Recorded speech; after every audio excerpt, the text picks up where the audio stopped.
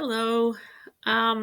It's Miss Mariah. I'm going to show you some photographs I've taken around Ithaca in the last week or so of places in nature that I've visited where I've noticed and I've been curious about what's going on. I've noticed science and technology, engineering, art and mathematics in nature. And that's what we talk about on STEM Friday, about being how scientists and engineers and all these people are curious about figuring things out.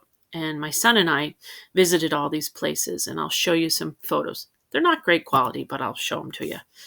Here we have the ospreys at Cayuga Inlet Park. There's several osprey nests in downtown Ithaca, but this one I think is really cool. I love the trail. It's at the end of the waterfront trail over by the Hangar Theater, and the dog park is this little yellow loop, and the osprey nest is right in the middle of it. Scientists called ornithologists have put up these big poles and built platforms.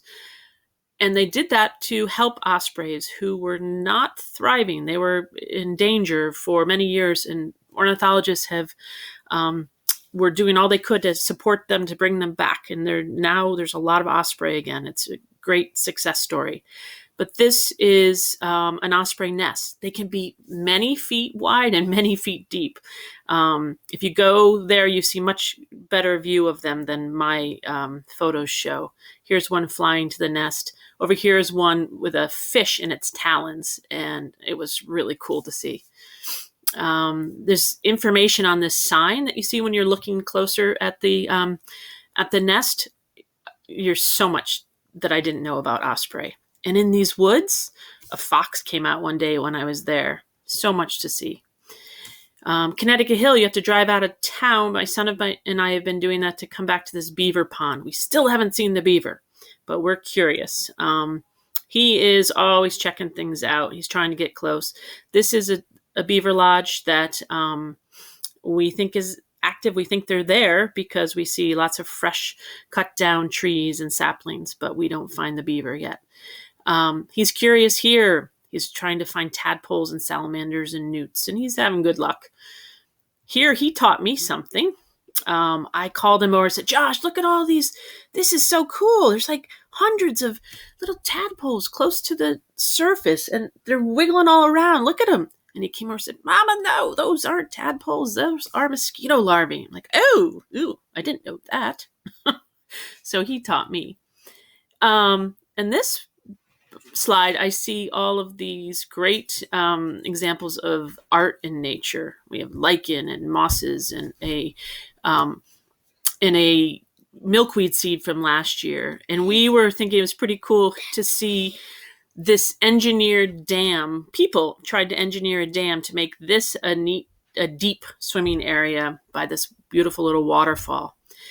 Scientists called geologists can teach us why in the Finger Lakes are they cut or broken off at 90-degree angles. That's pretty special and unique to this area.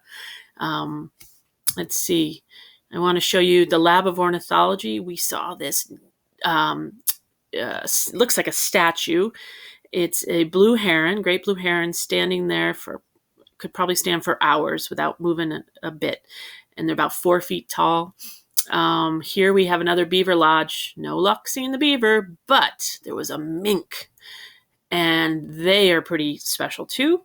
This isn't his lodge, but he was hanging around here. He was fishing. We saw him catch fish. We watched him for a long time. This is our big math curiosity. These are tiny, tiny little green leaves, and it take up maybe that much space with my camera photograph is. So there's maybe hundreds in this photo of the tiny leaves, but this whole pond is covered in those leaves. So we were curious, how many millions of leaves are covering that pond?